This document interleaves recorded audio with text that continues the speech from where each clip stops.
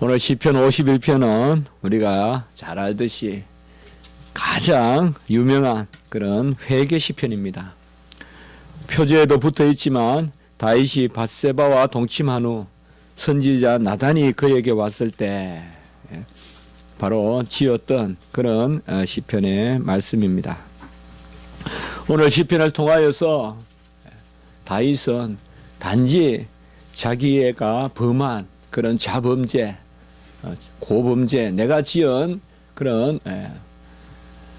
밧세바를 범하고 또 그의 남편을 아주 야비하게 전장에 보내서 죽게까지 하는 살인죄를 범하고 간음죄를 범하는 이러한 자기 죄에 대한 회개와 또 그것의 사함을 구하는 그 수준을 넘어서서 원죄를 바라보고 내가 본래 모태에서 죄 가운데 잉태했습니다 라고 하면서 그 자범죄를 넘어서서 본질적인 우리 인간의 중심이 얼마나 죄에 물들어 있는가 그것을 보고 또 나아가서 마지막 부분에서는 보면 이러한 회개의 움직임이 또 회개의 역사와 바람이 예루살렘과 시온에까지 이르게 해달라고 하는 어떻게 보면 단지 개인적인 회개 시편이라기보다 국가적 교회적 회개 시편이고 또 내가 범한 그런 자범죄의 회개를 넘어서서 원죄까지 나아가는 바로 그런 시편이 오늘 회개의 시편이라고 하겠습니다. 우리가 죄 가운데 살고 여전히 육체의 소욕이 남아있고 라고 한다면 어떻게 보면 가장 아름다운 시심은 회개라고도 하겠습니다. 우리가 죄가 많고 더러운 게 많고 이렇다면 가장 아름다운 노래는 회개의 노래가 아닐까라는 그런 생각을 한번 해봤습니다. 더러운 물은 어떤 물보라를 일으키고 물결을 일으켜서 아름다운 게 아니라 깨끗해질 때 더러운 물이 창일할 때 얼마나 흉합니까? 그러나 그 물이 깨끗해질 때 고요하더라도 깨끗할 때 그때 물이 아름다운 것이죠. 세상의 시인들을 한번 생각해 봤습니다. 물론 우리 윤동주 또 시인도 있죠. 자아상이라는 그런 회개하고 또 정말 입시에 있는 바람에도 그런 아주 감수성, 어떤 죄를 짓지 않아야 되겠다는 어떤 젊을 때의 그런 어떤 감수성, 물론 기독교적 감수성이죠. 분명히 믿음의 어떤 그런 우리의 선배였습니다. 그러나 주로 세상의 시들은 자연의 아름다움을 노래하거나 아니면 인생의 어떤 아름다움 혹은 많은 어떤 그런 우여곡절이 있지만은 그래도 뭔가 인간이 그것을 넘어서는 그런 것들을 많이 노래하지. 제가 쭉 이렇게 둘러봐도 생각을 해봐도 과연 회개에 관한 시가 얼마나 많은가. 뭐 그 생각을 한번 해보게 되더라고요. 사실 세상의 시들은 대체로 나를 정하게 하고 깨끗하게 하는 그런 노래보다는 더러운 내 모습을 오히려 출렁이는 그런 노래들이 많지 않은가. 나를 깨끗해야 호수같이 아름다운데 그냥 흙탕물로 놔두고 그걸 가지고 물결을 만들고 물보라를 만들어서 가장하고 물보라는 하얗게 보이니까 마치 흰물 같지만은 우리가 분수의 물보라는 참 아름답고 하얗지만은 그 밑에 물이 보면 썩어 있단 말이죠. 그런 것들이 바로 세상의 모습인데 세상은 그 썩은 물을 깨끗하게 하기보다는 물보라만 일으켜서 아름다움 가장을 하는 그런 시들이 많지 않은가. 오늘 이 시편은 정말 다윗이 천천히요 만만히요 정말 사울은 천천히라면 다윗은 만만이고 기름 부음을 받고 아름다운 시를 쓰고 정말로 하나님의 택함 받은 어떻게 보면 가장 정결하고 거룩하게 삶을 살아야 되고 누구에게라도 모범이 되는 어떻게 보면 다윗은 이런 삶에 익숙했을 것입니다.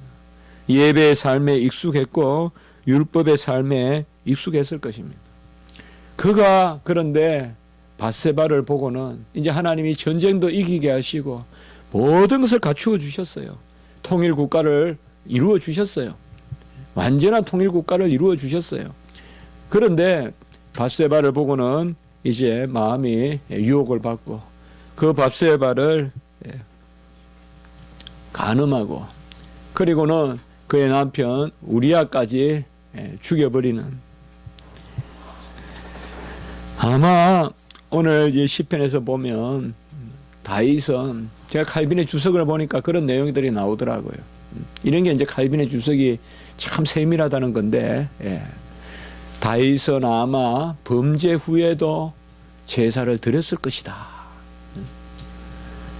우리의 모습을 보라. 우리가 죄를 지어도 예배를 드리지 않는가. 그 불안한 마음이 얼마나 크겠는가.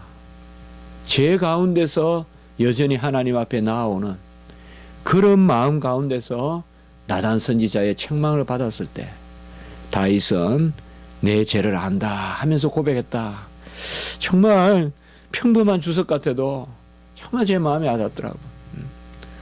저는 목사니까 온갖 혈기를 부리다가도 말씀을 준비해야 되고 또 강단에 서야 되고 이러한 모습들을 많이 겪다 보니까 이런 그 칼빈의 주석이 더 와닿는 것 같아요. 오늘 이 시편은 단순히 자탄이나 절망의 시편이 아니라 하나님을 붙들고 나의 죄는 얼마나 큰가 그것을 내놓으면서도, 그러면서도 하나님의 인자하심이, 긍휼하심이 이기신다. 로마서 3장 4절에 보면 주의 미쁘심이 이기신다. 내가 믿지 않는다고 해도 그 믿지 아니함이 하나님의 미쁘심을, 신실하심을 패하겠느냐. 로마서 3장 4절에 보면 우리가 믿지 않는다고 해서 하나님의 미쁘심을 패할 수 있겠느냐. 얼마나 강한 말씀이에요. 믿지 않는다고 해도 하나님은 떠나지 않겠다 이거죠. 택한 백성은. 그까지 강하게 말씀을 해주시는데 오늘 시편은 또 바로 이런 말씀과 연관되어 나타나는 것입니다. 1절에 보면 주의 인자를, 여기 인자는 무조건적 베푸는 사랑이죠. 신약에서는 사랑, 구약에서는 인자 이렇게 표현이 되어 있는데 주의 인자를 그리고 주의 많은 긍휼을 이렇게 두 번이나 반복하고 있습니다. 죄가 작은 사람은 작게 구하겠지만은 죄가 큰 사람은 많은 긍휼이 필요하죠. 그래서 주의 인자를 이라고 말하고 주의 많은 긍휼을 이라고 이야기했습니다. 그냥 긍휼도 아니고 인자와 긍휼을 베푸는데 많이 베풀어 주셔야 되겠다. 이렇게 두 번이나 이야기하고 있습니다. 3절에 보면 물은 내가 내 죄가를 아오니 라고 말합니다. 나단 선지자가 책망했을 때 다윗은 이것을 부인하지 않았습니다. 부자가 있는데 그에게는 많은 양들도 있고 하는데 가난한 사람의 암양 새끼 한 마리를, 작은 암양 새끼 한 마리를 부자가 빼앗아 갔다. 그리고 그것을 빼앗아다가 잡아먹었다. 그러니까 다윗이 그런 놈이 어디 있느냐. 부자가 가난한 사람 작은 새끼 암양, 그 뭐예요? 씨를 하려고 남겨둔 암양이겠죠. 키워가지고.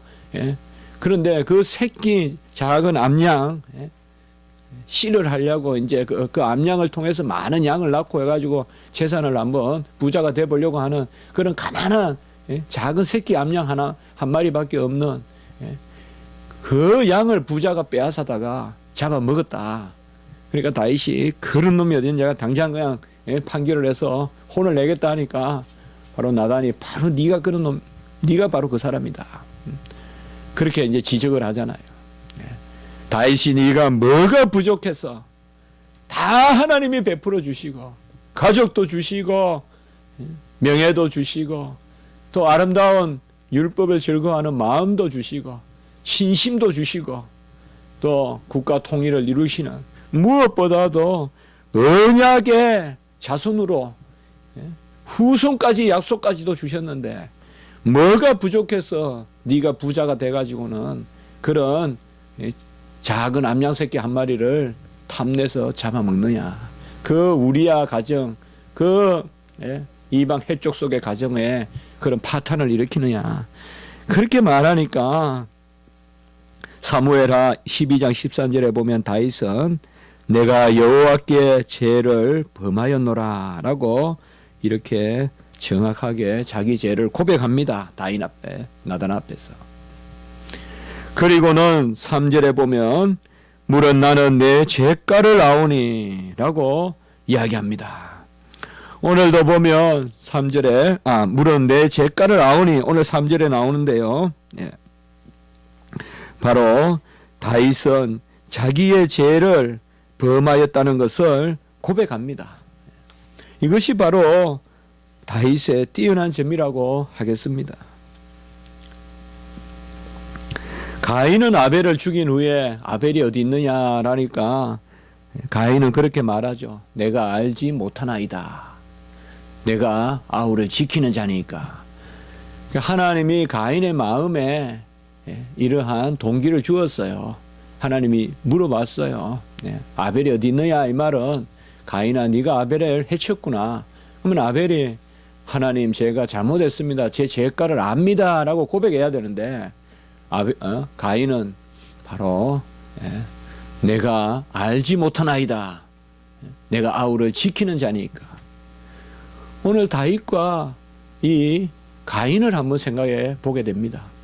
다윗은 내 죄가를 안다라고 이렇게 말하고 고백하고 있습니다.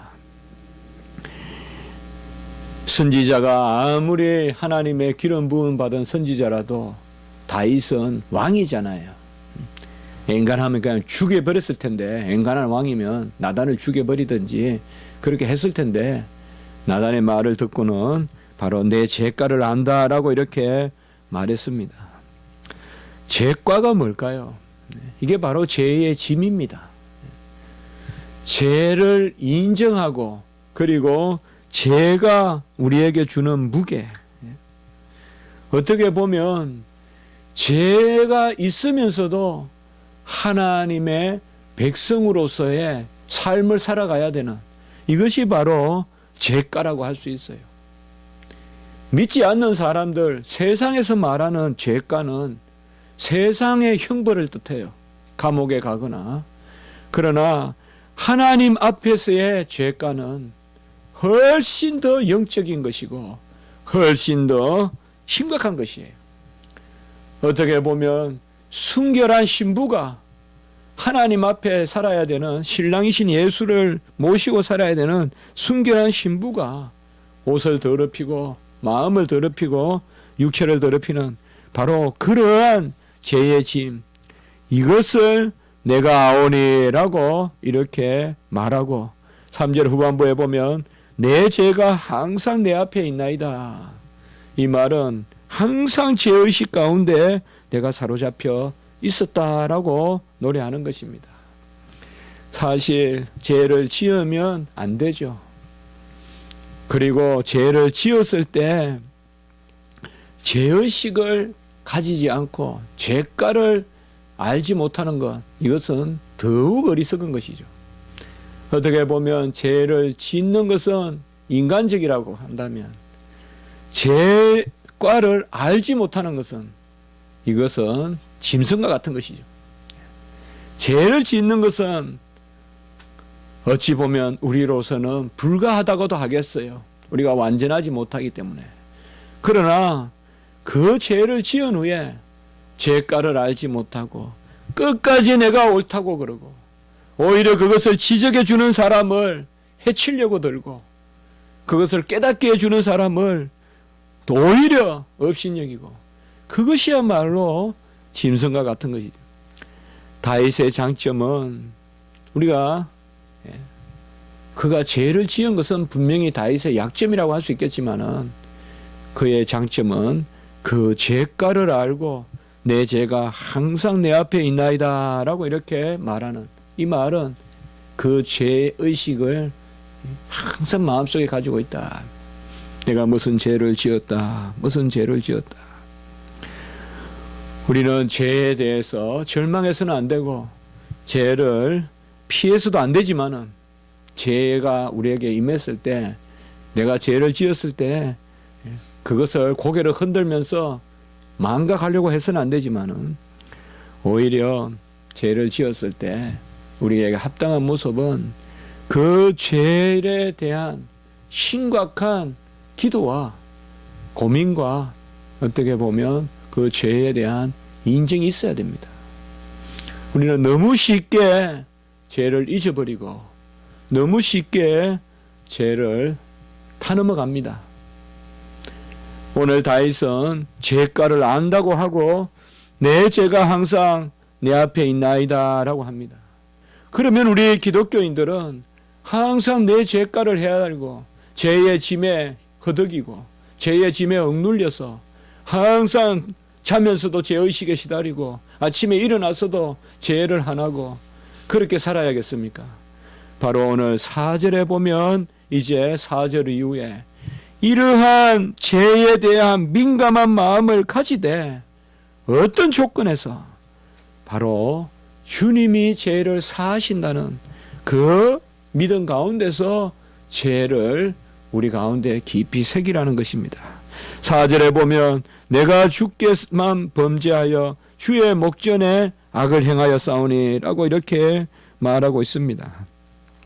여기 주께만 범죄하여, 이것은 여러 가지로 해석이 됩니다. 가장 우리가 잘못된 해석은 어떻게 보면 다윗은 사람에게 범죄한 것이 아니라 주에게 범죄했다라고 이야기한다. 이것은 좀 맞지 않는 해석이죠. 분명히 사람에게 범죄한 거죠. 그렇게 생각해서는 안 될 것입니다. 또 두 번째 주석하는 주석학자들을 보면 주께만 범죄했다. 이것을 세상의 법이 아니라 하나님의 법만 내가 위반했다. 이것도 또 우리가 온전치 않습니다. 간혹 성도들이 나쁜 일을 하고도 하나님 앞에만 회개하면 된다.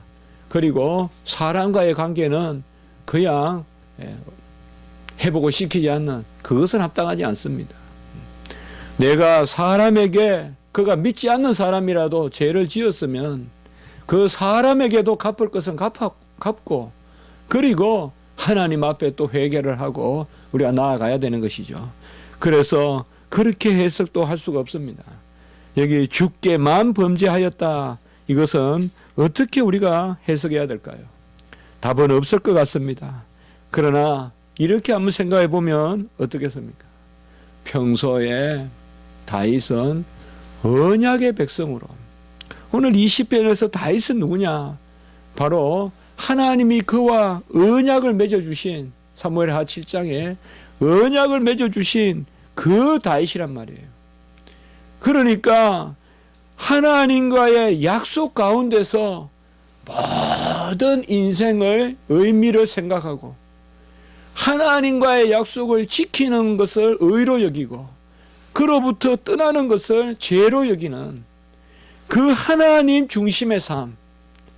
그래서 우선적으로 죄에 대해서 분명히 다윗은 잠시 그가 실족했을 때는 하나님 얼굴을 가리고 하나님의 얼굴에 피하고 밧세바를 범한 것을 우리야만 죽이면, 남편만 죽이고 인간의 눈만 피하면 된다고 생각했을 것입니다. 그러나 다윗은 그것이 아니라는 것을 돌이키는 것이죠. 그래서 주께만 범죄했다라는 말은 뭔가 하면 오히려 우리가 이렇게 해석해 볼 수가 있다는 거죠. 사람과의 관계 가운데서 가장 사람을, 우리가 사람과의 관계를 온전케 하는 것, 그것이 바로 어떻게 보면 하나님의 뜻인데 그것을 망각하고 오히려 사람의 눈만 가리면 하나님을 가리는 줄 알고, 그래서 궁극적으로는 사람을 해치는 것이 하나님을 해친다는 그것을 깨달았다는 것이죠. 그래서 내가 주께만 범죄했다는 말은 사람에게는 범죄하지 않았다는 것이 아니라 사람에게 사랑을 베푸는 것, 그것이 주께 하나님을 사랑하는 길이라는 걸 보여준다는 거죠. 사람에게는 아무렇게나 하고 옆에 있는 사람에게는 막 대하면서도 하나님 앞에만 잘하면 된다. 그게 아니라는 거죠. 주께 범죄했다는 것은 결국 언약의 하나님, 이 세상의 삶을, 나그네의 삶을 살아가지만은, 다윗이 가장 그 나그네의 삶을 생각했잖아요. 나그네의 삶을 살아가는 가운데서 정말 하나님 중심으로 생각을 하되 그 가운데서 이 세상의 모든 일들을 함께 바라보는, 우리가 성도들이 간혹은 아주 경건해요. 그러나 많은 경우에 보면 사람과의 관계를 제대로 못해요. 너무나 경건하고 너무나 근엄하고 올바른데 도무지 사람과의 관계는, 여러분, 우리는 천국에서 사는 게 아닙니다. 새하늘과 새 땅에서 사는 것이 아닙니다. 세상에서 사는 겁니다. 이 땅에서 사는 것입니다. 우리가 주께만 범죄했다는 것은 주님의 뜻이 이 세상 가운데서 사랑하면서 살아가는 것입니다.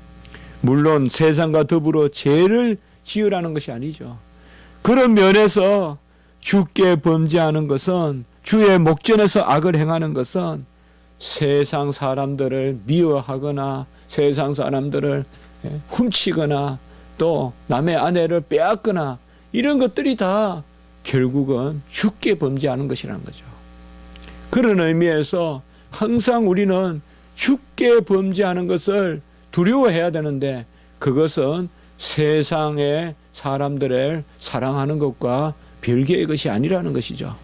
그것을 바로 다윗은 말하고 있습니다. 결국은 다윗은 주께만 범죄했다고 말하므로 어떻게 보면 이 자신이 지은 죄의 성격을 하나님 앞에서의 죄라고 이해하고 있어요. 이것은 아주 중요한 일입니다. 우리가 무슨 죄를 하나님 앞에 가져가는 것은 두려운 일입니다. 그러나 두렵지만은 그 일을 해야 됩니다. 왜요? 그 죄를 용서하시는 분도 하나님이시기 때문에 그렇습니다. 가장 우리의 죄를 꿰뚫어 보시는 분도 하나님이시지만은 우리의 죄를 용서하시는 분도 하나님밖에 계시지 아니하시기 때문에 그렇습니다. 그래서 주께만 범죄하여 주의 목전에 악을 행하였다는 것은 이제 이때까지 사람의 범죄다, 사람의 눈만 가리면 된다, 남편의 눈만 가리면 된다, 이 일은 사람만 모르면 된다라고 하는 생각에서 이 죄를 주님 앞에 가져가고, 왜 주님 앞에 가져가느냐? 주님 앞에 가져갈 때 비로소 그 죄의 용서의 길이 열리기 때문에 그렇습니다. 우리는 어떤 죄든지 주님 앞에 가져가지 않으면 결코 어떤 죄든지 해결받지 못합니다. 끝없는 죄의식에 시달려야 됩니다. 죄를 가지고 하나님 앞에 나아가세요. 하나님 앞에 내 죄를 토설하세요. 그리고 하나님의 용서를 구하세요. 그것이 바로 4절 후반부에 보면 주께서 말씀하실 때에 의로우시다 하고 주께서 심판하실 때에 순전하시다 하리이다 라고 말하는 것입니다. 주의 말씀을 들어야 되고 주의 심판을 들어야 돼요. 이것이 어떻게 보면 두려운 것이에요. 세상은 못 봐도 하나님은 보세요. 하나님, 주의 말씀은 그것을 깨닫게 하세요. 세상의 법이 아니에요. 사람의 말이 아니에요. 주님의 말씀에 비추어 봐야 돼요. 주님의 말씀에 죄가 되면 죄인 거예요. 세상은 괜찮다 해도 하나님의 십계명을 비추어 보고 주님의 말씀, 주께서 말씀하실 때, 주께서 심판하실 때, 그러나 여기 보세요. 주께서 말씀하시고 주께서 심판하실 때 오히려 죄인들을 의롭다 하시고 순전하시다 하리이다 라고 이렇게 말씀하고 계시는 것입니다. 여기에서 우리가 귀한 진리를 깨닫게 됩니다. 하나님께 내 죄를 가져가는 것이 가장 어떻게 보면 힘든 일이고, 내 모든 중심까지 보시는 하나님 앞에 내 죄를 내어놓는 것이 가장 어려운 일인 것 같아도 그 길이 곧 의로운 길이요, 그 길이 곧 순진해지는 길이다 이 말이에요. 사람 눈을 속이고 그곳으로 자족하고 됐다 싶은 그것은 결코 우리의 마음의 평강을 이룰 수가 없습니다. 하나님 앞에 내어놓아야 돼요. 그때 주님께서 어렵다 하시고 주님께서 순전하다 하시다라고 이렇게 말씀합니다. 아까 로마서 3장을 읽었지만은 바로 로마서 3장 3절과 4절에서 시편 이 구절을 인용하고 있습니다. 로마서 3장 4절에 보면 주께서 주의 말씀에 어렵다 함을 얻으시고 판단 받으실 때에 이기려 하심이다 이렇게 되어놨어요. 여기 구절하고 조금 다르죠. 여기에 보면 순전하시다 하리이다 했는데 로마서 3장 4절에는 이기려 하심이라. 주께서 주의 말씀에 어렵다 함을 얻으시고 판단 받으실 때에 이기려 하심이라. 이기려 하심이란 말이 뭘까요? 바로 주님께서 죄를 이기신다는 것입니다. 판단하실 때 이기시고 말씀하실 때 어렵다 하신다는 것입니다.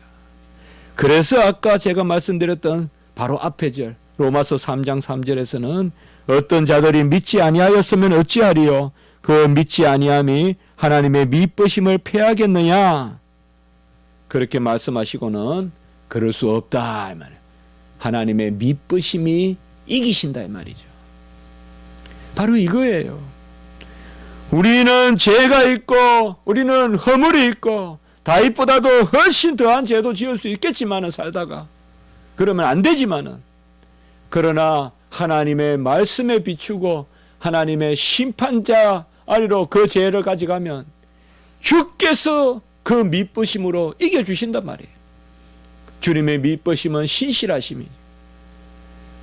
우리의 믿음 없음도 우리의 허물도 우리의 죄악도 주님께서는 이기신다는 거예요. 무엇으로? 나의 미쁨, 우리는 미쁨이 없을지라도 라고 이야기했잖아요. 디모데 후서에서 우리는 미쁨이 없잖아요. 그러나 주는 항상 미쁘시니 미쁘신 주님께서 이기시리라. 같이 합니다. 신실하신 주님께서 이기신다. 이기십니다. 내 죄를 내가 이기는 게 아니에요. 주님이 이기신단 말이에요. 그것을 믿고 우리는 나아가야 돼요. 주님의 심판이 있고 주님의 말씀이 그 앞에 내 모습이 드러날 때 너무 부끄럽고 너무 쓰라리지만 그러나 우리가 그 죄로부터 해방될 길은 이 길밖에 없어요. 그래서 심판이 위로가 되는 것입니다. 주의 심판도 위로가 되는 것입니다. 오늘 이렇게 이 사건을 바라보는 다윗의 마음. 다윗은 남의 아내를 겁탈하고 그 남편을 죽이고 그러나 그 죄를 이제 하나님 앞에 가져가는 사람의 눈을 쏘개보려고 했어. 내 어떤 치부, 내 경력, 내가 살아왔던 어떤 그런 히스토리 사람 눈 가리지 마세요 여러분. 안 돼요. 그것으로 회복될 수 없어요. 아무리 숨겨도 회복될 수 없어요. 하나님 앞에 내어놓으세요. 그때 내 안에 평강이 있어요. 하나님 앞에 내어놓으면 내가 이기는 것이 아니라 하나님이 이겨주세요. 내 죄도 하나님의 미쁘심으로 이기심이라.